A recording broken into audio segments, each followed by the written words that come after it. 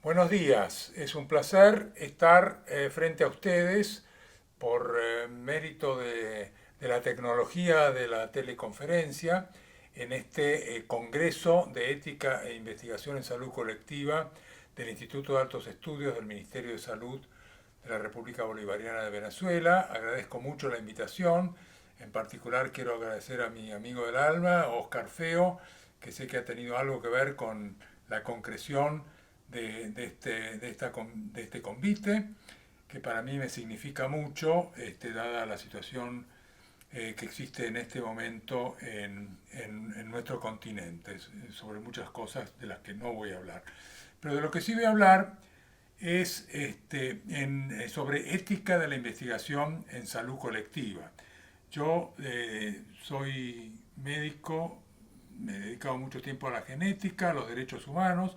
De hecho, dirijo un posgrado en genética y derechos humanos en la Universidad Nacional de 3 de Febrero de Buenos Aires y soy miembro de la Asociación Latinoamericana de Medicina Social desde hace muchos años y también de la Red Latinoamericana y del Caribe de Bioética UNESCO. Lo primero que quisiera decirles es que la ética en la investigación con seres humanos es una disciplina relativamente joven.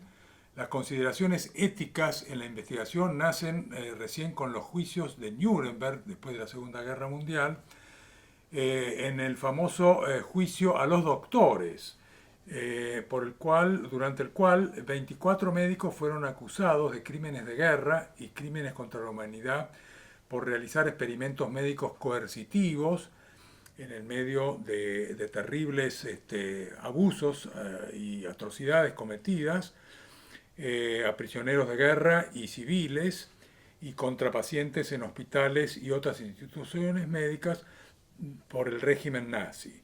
7 de estos 24 médicos fueron condenados a muerte y 5 a cadena perpetua. De ahí surgió lo que hoy conocemos y desde entonces conocemos como el Código de Nuremberg, que en síntesis dice que el consentimiento voluntario del sujeto humano es esencial en las investigaciones, que los experimentos deben realizarse con la finalidad de obtener resultados fructíferos para el bien de la sociedad, que el uso de los resultados obtenidos mediante estudios previos en animales, que se debe evitar todo sufrimiento y daño innecesario, físico o mental, que ningún experimento debe ser conducido cuando haya razones para presumir que podría ocurrir la muerte o daño irreparable. El grado de riesgo no debe exceder nunca el determinado por la importancia humanitaria del problema a resolver con la investigación, que se deben tomar precauciones adecuadas y facilidades óptimas para proteger, al sujeto participante de la más remota posibilidad de lesión, incapacidad o muerte, y finalmente que la investigación debe ser conducida únicamente por personas científicamente calificadas. Este código sigue vigente 60 y tantos años después y ha sido enriquecido por un número grande de principios y normas éticas que ahora les voy a comentar. Pero antes de eso les quiero decir que obviamente los que estamos en el campo de la salud sabemos que no existe progreso en salud sin investigaciones realizadas en seres humanos. Estas investigaciones tienen distintos tipos. Están las llamadas biomédicas, que generalmente focalizan en cuestiones individuales y de procesos patogénicos o patológicos. Están las clínicas, investigaciones clínicas, que generalmente tienen que ver con los tratamientos, y las investigaciones de salud pública o salud colectiva, que incluyen desde estudios observacionales, pasando por la descripción de la distribución del proceso salud-enfermedad-atención en las poblaciones, estudios de la determinación social de la salud-enfermedad, estudios de intervención para evaluar tratamientos a nivel poblacional en gran escala o métodos preventivos, y también la evaluación de servicios de salud. A pesar de esta división que acabo de hacer, la verdad es que los bordes entre salud individual y salud colectiva tanto en prevención, atención e investigación, son borrosos, porque hay muchas cuestiones que comienzan como salud o siendo investigados como salud individual, pero conciernen al total de una población o a la salud colectiva en general. Y por cierto que los principios éticos en investigación son universales, que ahora vamos a ver algunos conceptos al respecto. ¿Cuándo es éticamente aceptable una investigación en salud colectiva? Nos podemos preguntar. Como les decía, hay una cantidad muy grande de principios y normas éticas de investigación en distintos países y a nivel internacional, desde el Código de Nuremberg, que ya les mencioné, pasando por la Declaración de Helsinki, de la Asociación Médica Mundial, muy conocida desde el año 64, revisada periódicamente, la Declaración Universal de Bioética y Derechos Humanos de la UNESCO, del año 2005, las Ethical Guidelines in Epidemiological Studies, que está publicada solamente en inglés por el Consejo de Organizaciones Internacionales de Ciencias Médicas en el 2013, y no para terminar, pero sí para mencionar, porque es importante, las pautas éticas internacionales para la investigación relacionada con seres humanos, también del Consejo de Organizaciones Internacionales de Ciencias Médicas, del año 2016. Respondiendo la pregunta que me hice hace un minuto, que es en qué requisitos debe tener una investigación que podamos decir que es ética, referente a la salud y en seres humanos, es en primer término que debe responder a las necesidades de salud de la población. La investigación debe fundamentarse en la existencia de vacíos de conocimiento para resolver problemas de salud pertinentes en la población o comunidad en que se realiza. La investigación, por el contrario, no debe fundamentarse ni en las necesidades de mercado, ni en la búsqueda de lucro, ni en favorecer a los inversores en la industria farmacéutica, que es lo que lamentablemente ocurre mucho en nuestro mundo actualmente. Entonces, nuevamente, responder a las necesidades. Entonces, uno debiera preguntarse, ¿es necesaria esta investigación en particular, en esta población en particular y en este momento? Y esta pregunta para mí es la primera que debe ser respondida, porque lo innecesario, lo que no es necesario, no es ético. Esto sí que es un concepto fundamental a tener en cuenta. El otro punto importante es que debe haber siempre un balance adecuado de riesgos y beneficios. No hay actividad en salud que esté exenta de riesgos. Y por eso es necesario un balance de riesgos y beneficios para los individuos y las poblaciones participantes y para la sociedad. Obviamente, queremos que los beneficios superen a los riesgos de efectos nocivos. Y el objetivo siempre en la investigación de salud, tanto individual como colectiva, será maximizar beneficios y minimizar riesgos. Los estudios epidemiológicos observacionales, que así empezó la epidemiología hace varias décadas, también pueden implicar riesgos físicos, psicológicos, estigmatización, discriminación. O sea que no nos debemos conformar con decirnos, bueno, en realidad esto simplemente vamos a observar. O sea que ahí no hay riesgo. No, los riesgos también existen en las observaciones. Los derechos y bienestar de los individuos y poblaciones participantes siempre deben tener primacía sobre los demás intereses, ya sea de la industria, de la ciencia, de la sociedad en general, etc. Otro punto importante, del que se habla mucho, el consentimiento informado. Es uno de los pilares de la bioética, tanto en la atención médica como en la investigación. Es la expresión del respeto a la dignidad, los derechos humanos y la autonomía de las personas, tanto a nivel individual como colectivo.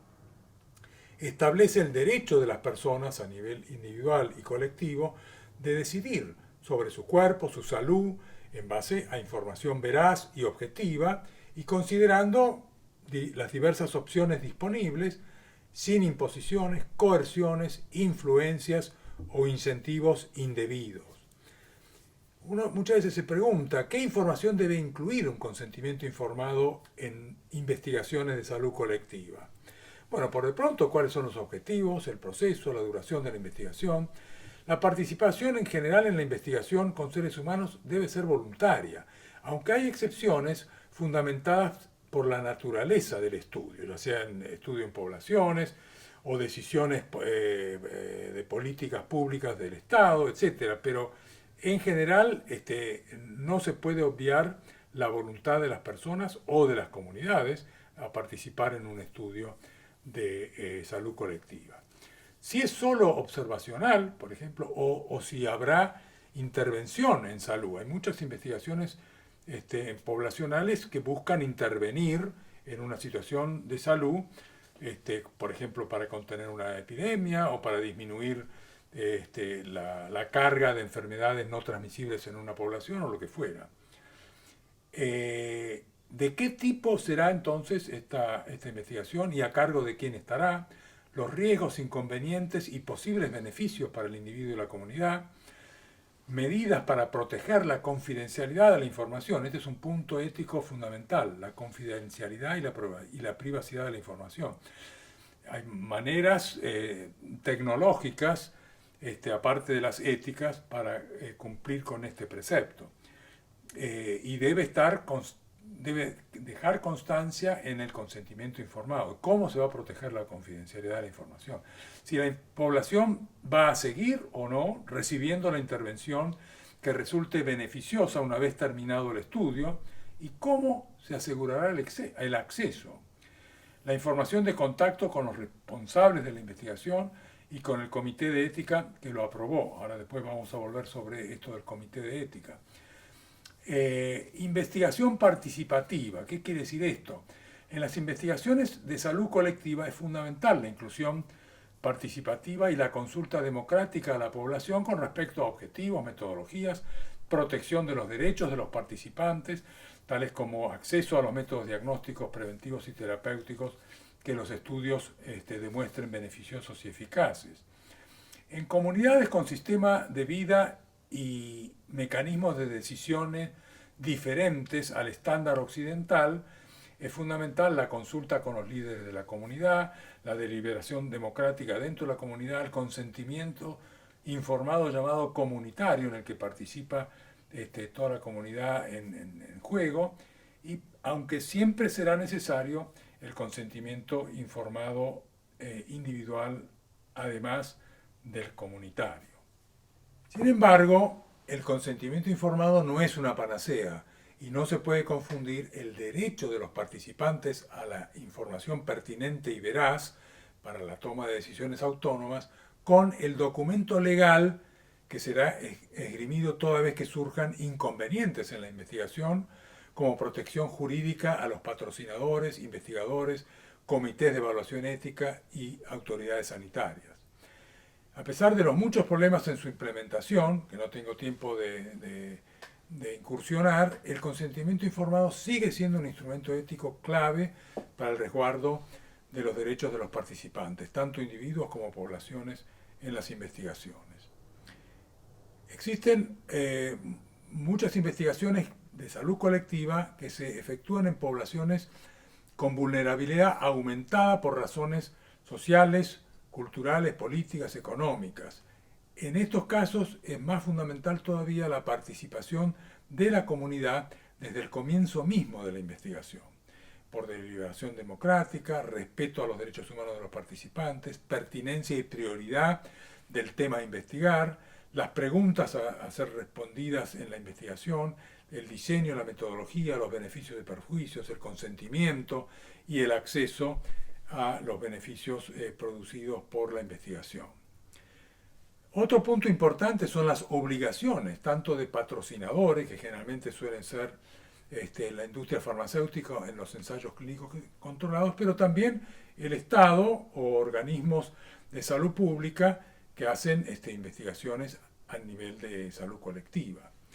Abstenerse de engaño, influencia indebida o coerción a individuos o a poblaciones. Esto pareciera como que uno es medio paranoico, sin embargo no es así. La historia de las investigaciones de salud está plagada de ejemplos en las que engaño, influencia indebida, coerción o explotación a individuos o poblaciones han ocurrido y siguen ocurriendo. Priorizar el derecho a la salud y los derechos humanos de individuos y poblaciones, evitar conflictos de interés, comprobar comprensión del consentimiento antes de solicitarlo y evitar prácticas abusivas de la industria patrocinadora en los casos en que se den. Otro punto importante es que debe haber una metodología científica adecuada, con investigadores competentes, con un diseño científico adecuado, y que además el proyecto sea moralmente aceptable en la comunidad en la que se planea realizar la investigación.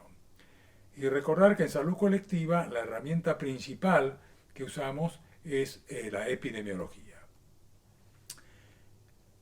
Yo mencioné los comités de ética de la investigación. Todas las investigaciones en salud colectiva deben ser aprobadas por un comité de ética de la investigación institucional y público. Los comités de evaluación ética privados suelen tener conflictos de interés y falta de transparencia y no nos gustan. Las decisiones de los comités sí son vinculantes, pueden aprobar o rechazar o pedir enmiendas a un protocolo que se presenta para la evaluación. Y las investigaciones internacionales, financiadas desde un país central y realizadas en un país periférico, que como ocurre generalmente en América Latina, los proyectos deben ser aprobados por comités de evaluación ética de ambos países. El central, que generalmente es el que financia y que pone las reglas, y el del país periférico que pone la gente, que pone los pacientes, que pone los problemas. Y los estándares éticos en el país periférico no pueden ser inferiores a los del país central, porque esto es una realidad que ocurre muy a menudo. La evaluación ética incluye la validez científica de la investigación propuesta. Por eso los comités siempre se llama al comité a gente especializada en el tema específico del protocolo que el comité de ética de la investigación va a evaluar. Ahora bien, quiero hacer una pausa ya un poco cerrando, diciendo que la inequidad y la injusticia económica, social y de salud en que viven nuestras poblaciones son responsables por la mayoría de los atropellos éticos en las investigaciones para la salud individual y colectiva. No es que haya fallas tecnológicas o que haya fallas de concepto o que los investigadores no tengan la moral necesaria, sino que existe esta determinación social de la problemática que es la que se ejemplifica con estas cifras, que en América Latina, de acuerdo a la CEPAL, el 10% más rico de la población concentra casi el 60% de la riqueza y el 10% más pobre apenas si llega al 2%. Que millones de personas viven con menos de $2 por día, que predominan en ellos los pueblos originarios, que hay una cifra alta de analfabetismo y que la educación siempre es más probable y más larga en el porcentaje de gente más rica que en el porcentaje más pobre. Esto trae consecuencias, no es inocuo, no es inofensivo esta realidad tan terrible que nos está ocurriendo en nuestros países. Y trae consecuencias sobre las investigaciones para la salud. La tercerización a países periféricos y priorización de temas biomédicos e individuales con poca pertinencia para las necesidades de salud colectiva de las poblaciones de nuestros países es moneda corriente. Naturalización de que las investigaciones para la salud son sinónimo de ensayos clínicos de nuevas drogas también es un error, porque el principal problema en los medicamentos sabemos que son sus elevados precios y la falta de accesibilidad. La deficiente investigación sobre los problemas que más afectan a la salud colectiva, como su determinación social, el funcionamiento de los servicios de salud y las maneras más equitativas y efectivas de prevenir enfermedades y promover salud, es algo que debemos corregir. En conclusión, para ser éticas, las investigaciones en salud colectiva deben estar dirigidas a responder vacíos de conocimiento concretos sobre necesidades de salud en el país o en la comunidad donde se realizan. Y siempre privilegiar los derechos humanos de los participantes por sobre los intereses de los investigadores y de la industria patrocinadora. Muchísimas gracias por la atención y espero que estos conceptos les puedan servir para las discusiones que van a tener en estas jornadas, que lamentablemente me las voy a perder porque no ha sido posible para mí viajar a Venezuela. Un saludo muy fuerte y ánimo.